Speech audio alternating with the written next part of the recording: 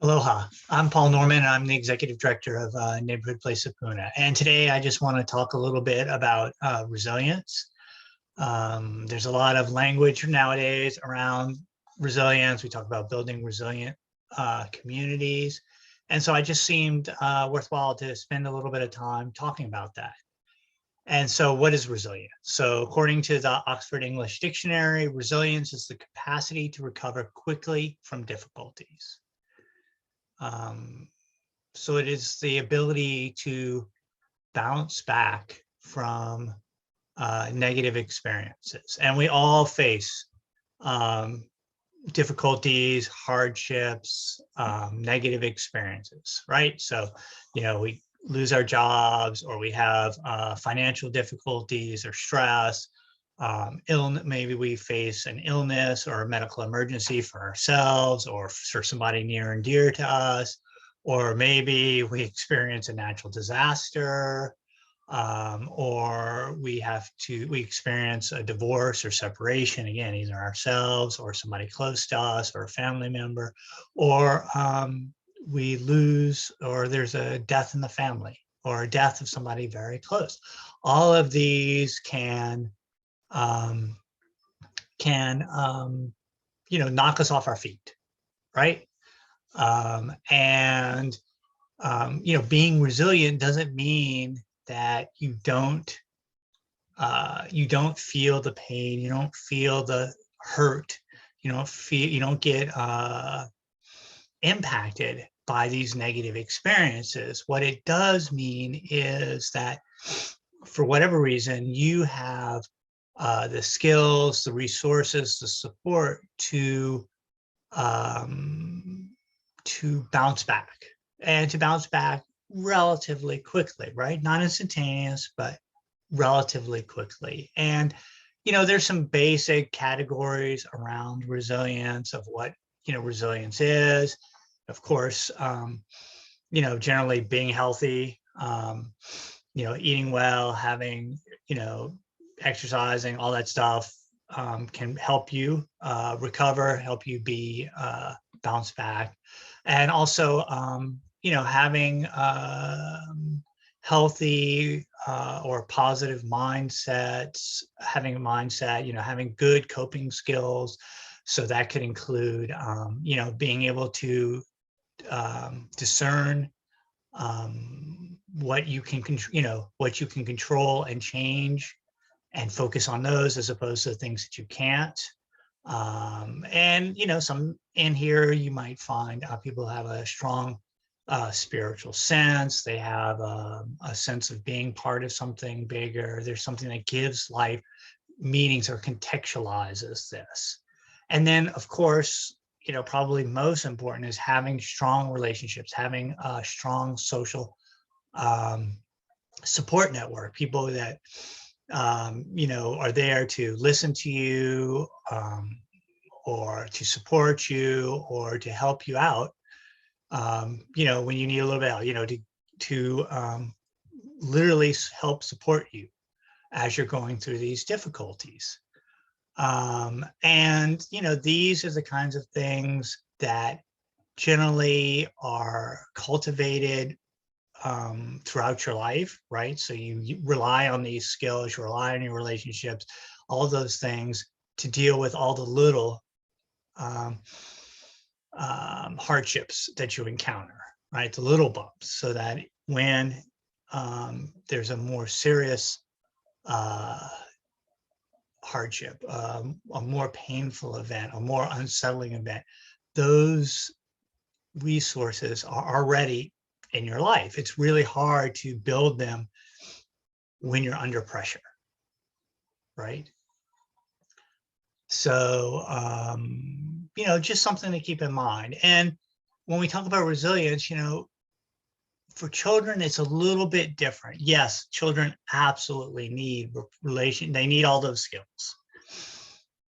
But we have to remember that children's brains are constantly developing and growing.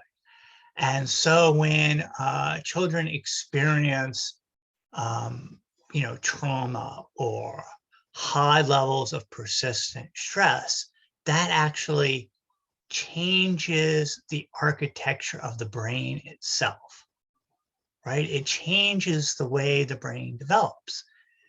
And, the children's brain is resilient. So,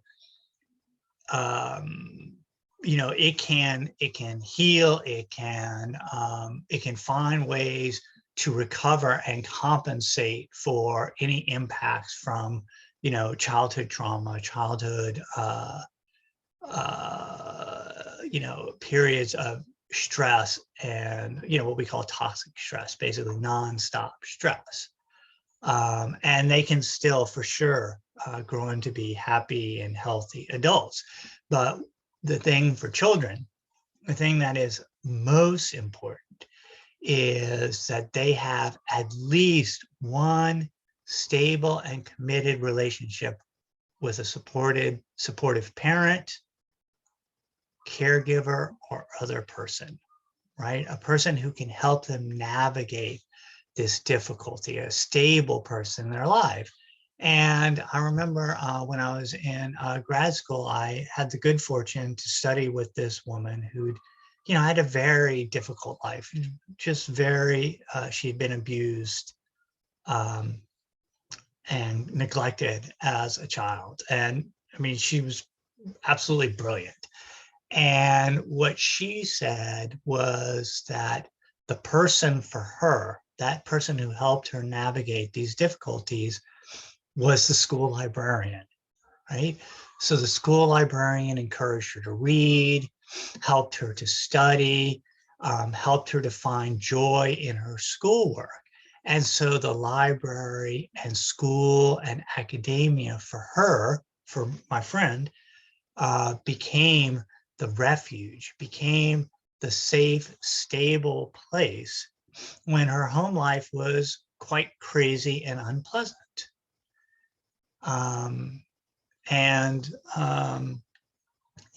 That person and, the school in general, but that librarian was the stable person in her life that helped her navigate, even though I'm sure the librarian didn't know, but she was stable and supportive and helped the child, my friend as a child, to navigate or find a way through these hard experiences she was going through. So, when it comes to children, the children around you, the children, your own children, the children that you are around quite a bit, just know that you being there as a supportive adult can be tremendously helpful for them when they face life's hardships. And you may not even know that. But just you being there, being stable, paying attention to them, listening to them can be helpful. And it's the same thing with adults, right? Just you being present for another human being who is suffering, to listen to them, to just be there, to let them know that they are not alone. That can be tremendously healing, even if it feels like you're not doing anything. Right? So the importance of relationship, the importance of having friends, having a support network is really crucial to helping us navigate life's difficulties, especially some of the very hard ones. And here where we live, here in East Hawaii, very rural community, and so it's very easy to get isolated. It's very easy for families and individuals and seniors to be alone and have to face these difficulties alone. And that's the hardest way to navigate life's difficulties. If you're alone, you don't have a lot of resilience. I mean, you may have a lot of good skills within yourself. But ultimately, you need people, you need friends, you need a community, you need a sense of belonging to be truly resilient. And, the other thing I think we need to think about as a community is that, having just said that, having talked about the importance of community for resilience, we also need to be honest with ourselves that it's very hard to be resilient when you're always living on the edge. If you're always living on the edge financially, where one financial hardship, one small mishap can set you back tremendously. When a flat tire or a dead battery or a relatively minor car repair means you might not pay rent, might not be able to pay rent. Or the medication for your child means you might not be able to pay rent. Right? Because that's resilience too, is having some basic resources to fall back on.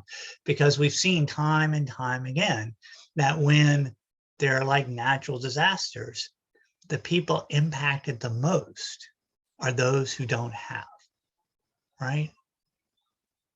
They're the ones who don't have the resources to take shelter someplace else, to go get a hotel somewhere else, to ride out whatever the disaster is.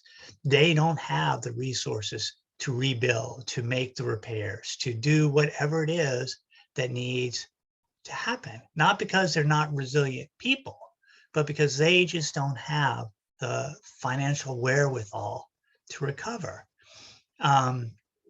And so, when we talk about resilience, yes, we need to really help.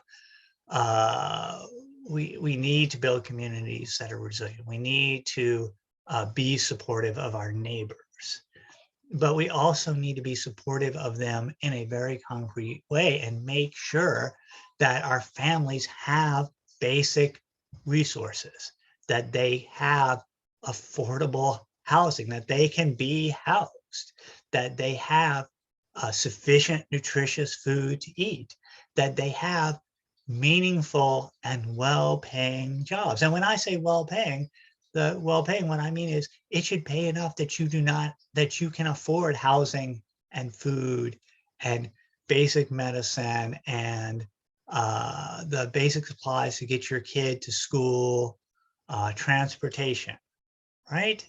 Nothing extravagant. But those are also parts of resilience. And the more we deprive our communities of those resources, the more we make it hard for our communities, for our families to just make ends meet, the less resilient our communities are, the more stressed our communities are. And that's not healthy.